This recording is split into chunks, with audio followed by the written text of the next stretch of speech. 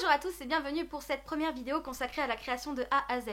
Donc dans cette vidéo, je vais vous montrer comment je réfléchis et comment je prépare une création avant de vous le faire en tuto sur YouTube. Des fois, quand j'ai pas l'inspiration qui vient toute seule, je me donne un thème imposé et après je vais faire mes recherches sur ce thème pour tout simplement vous proposer quelque chose de travailler, qui me ressemble, etc.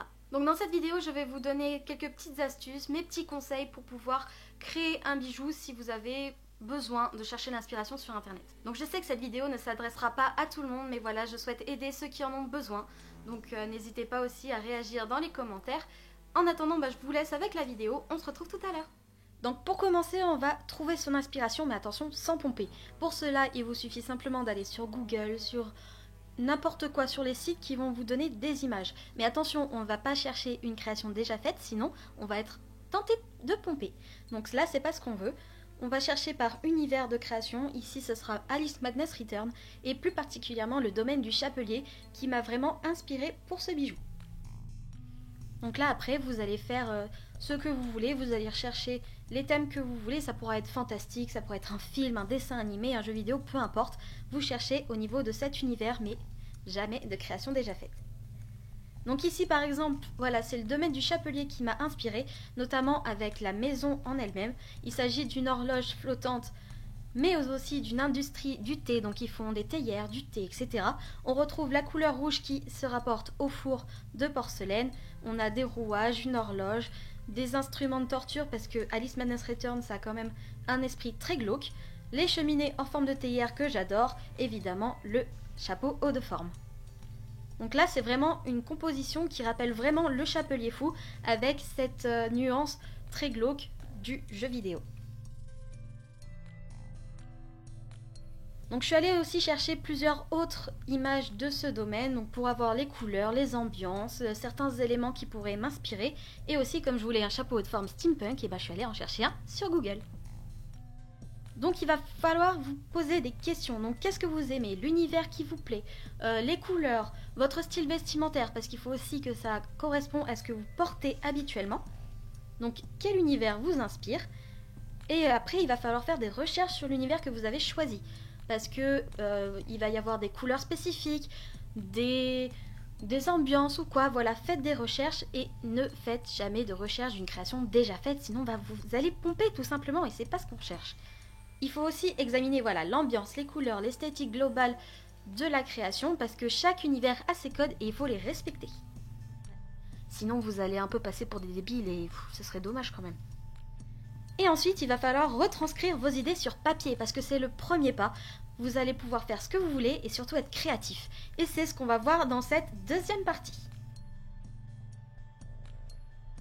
Donc ce que je vous conseille, c'est d'avoir deux petits carnets. Un carnet que vous allez emporter partout en voyage et un autre qui va rester dans votre chambre dans lequel vous allez mettre tout et n'importe quoi. Donc moi par exemple, j'ai des idées de costumes, des idées de bijoux, des idées de design, de logo, de tout, ce qui me passe par la tête et que j'ai besoin de mettre sur papier, sinon je m'en sors pas. Et le fait de faire quelque chose sur papier, c'est que vous allez pouvoir gommer, changer tout et n'importe quoi, changer de couleur, tester un peu tout, c'est ce qui va vraiment vous permettre de choisir votre création. Parce que tant que c'est sur papier, c'est modifiable. Après, peu importe votre style de dessin, peu importe si vous dessinez bien ou mal, l'important c'est de schématiser, c'est pas un concours de dessin. Là, ce que l'on veut, c'est simplement avoir une idée globale du bijou que vous allez créer. Donc, si vous avez des fabuleux talents en dessin, utilisez-les, il n'y a pas de problème. Mais le but c'est juste de schématiser, ça va vraiment vous donner une idée globale de votre bijou. Donc moi par exemple, je suis partie sur une serrure dans un camé. Ça a été l'élément déclencheur de ce bijou. Et ensuite je suis allée chercher des petites idées. Ici j'avais une estampe filigrane que je voulais utiliser pour ce bijou, donc je l'utilise en silhouette.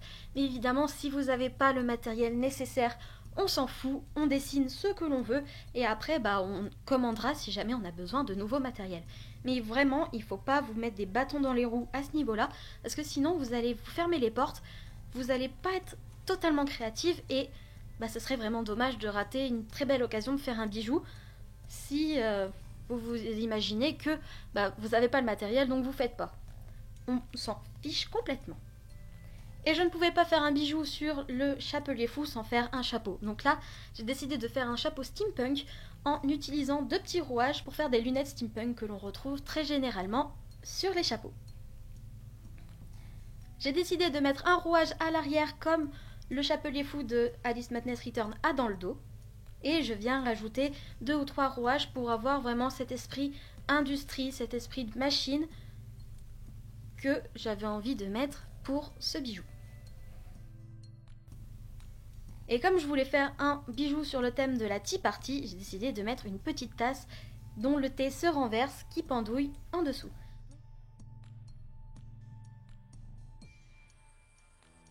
Donc voici un dessin que j'avais fait au moment où je m'étais inspirée pour ce dessin. Et donc là je l'ai fait un peu plus taille réelle, mais voilà le dessin que je m'étais fait à la base. Donc on fait un petit récap. Ne prenez pas en compte votre matériel parce que vous allez vraiment vous couper les portes, vous allez vraiment manquer de créativité. Donc dessinez ce qui vous passe par la tête, on s'en fiche que ça n'existe pas dans la vraie vie. Ce que vous allez acheter, on s'en fout, ça permet d'être créatif. Peu importe la qualité de votre dessin, le but c'est de schématiser, donc vous allez pouvoir colorier, mettre tous les éléments que vous allez avoir besoin, ça va vous donner une idée du rendu global du bijou.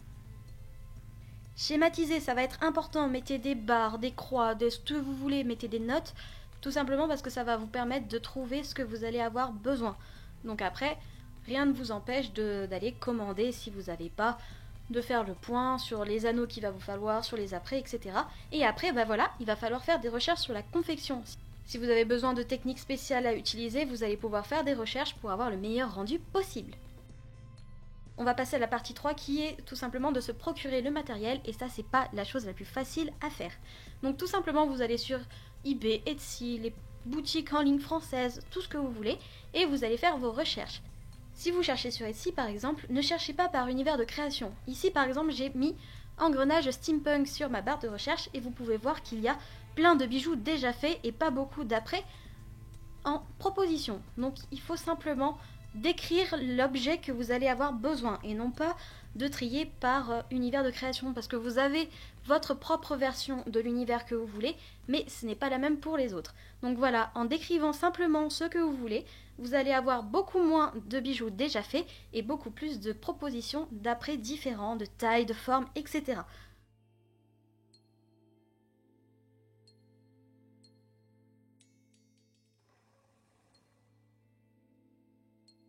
Voilà, déjà pour ça.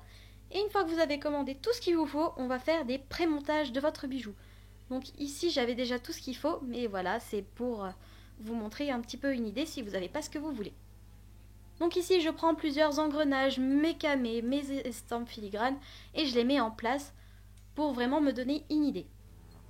Ça va me permettre aussi de choisir les formes d'engrenages qu'il me faut, les différentes tailles, etc. Donc ici, comme mon dessin est à la taille qu'il me faut, je trouve les éléments qui correspondent le plus à ce que je veux. Donc voilà, j'ai plusieurs tailles, plusieurs formes, etc. Je cherche celles qui vont être les plus jolies et après je vais pouvoir choisir ceux qui me correspondent le plus. Je rajoute aussi les petits éléments que je voulais mettre sur mon dessin.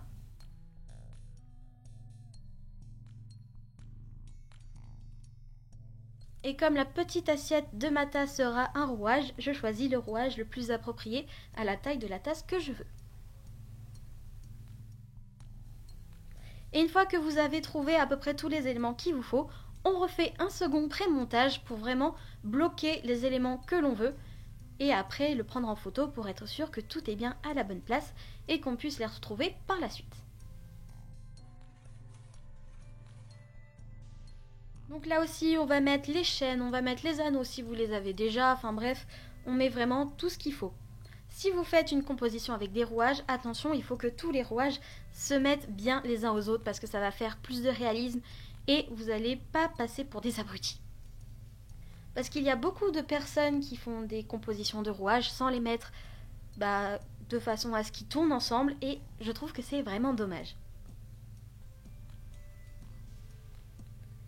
Je rajoute aussi les chaînes, les perles que j'ai envie de mettre.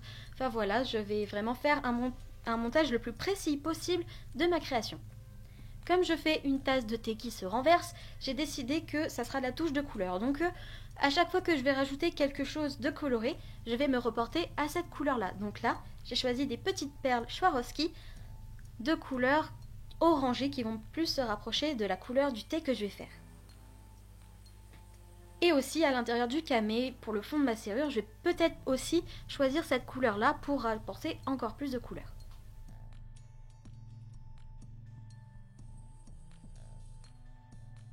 Et je vais aussi voir ce que je vais avoir besoin de faire au niveau du montage de mon collier. Par exemple, sur le camé, je vais devoir enlever la petite encoche pour mettre la bélière.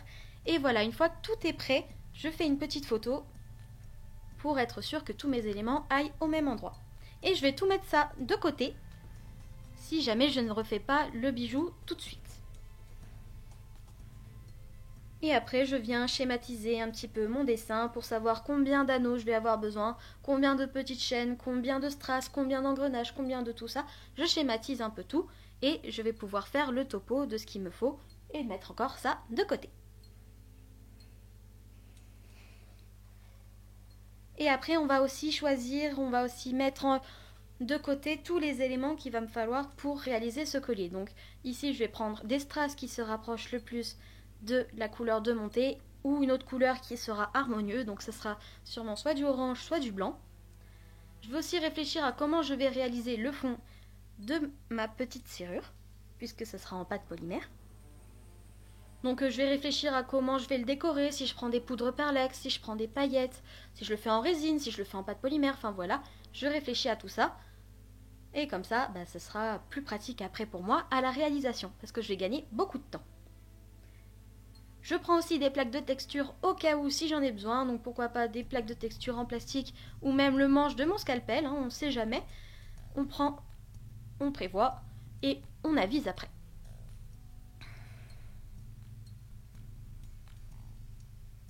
Donc voilà, le but c'est de vraiment centraliser tout ce dont vous allez avoir besoin. Parce que si vous vous mettez à chercher pendant que vous réalisez, vous perdez du temps, vous perdez votre concentration et des fois ça fait des ratés pour rien.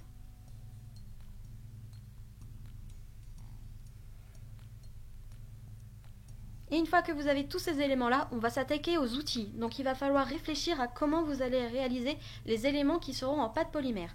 Donc moi par exemple, je vais avoir besoin d'outils tranchants, de dotting tool pour former la tasse, de dotting tool pour former les détails de mes objets, des pinceaux pour ajouter des détails, mon crayon à strass pour mettre mes strass. Voilà, je vais réfléchir à comment je vais réaliser mon bijou et je mets aussi mes outils de côté, comme ça ça va me permettre de gagner encore plus de temps.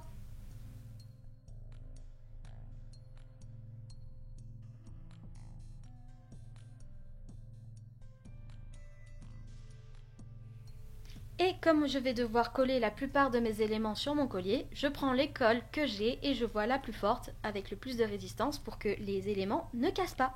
Et une fois que tout est prêt, là on va faire la création. Donc petit récap.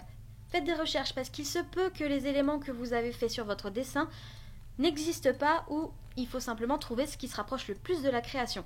Attention, cherchez par mots-clés et non pas par univers de création.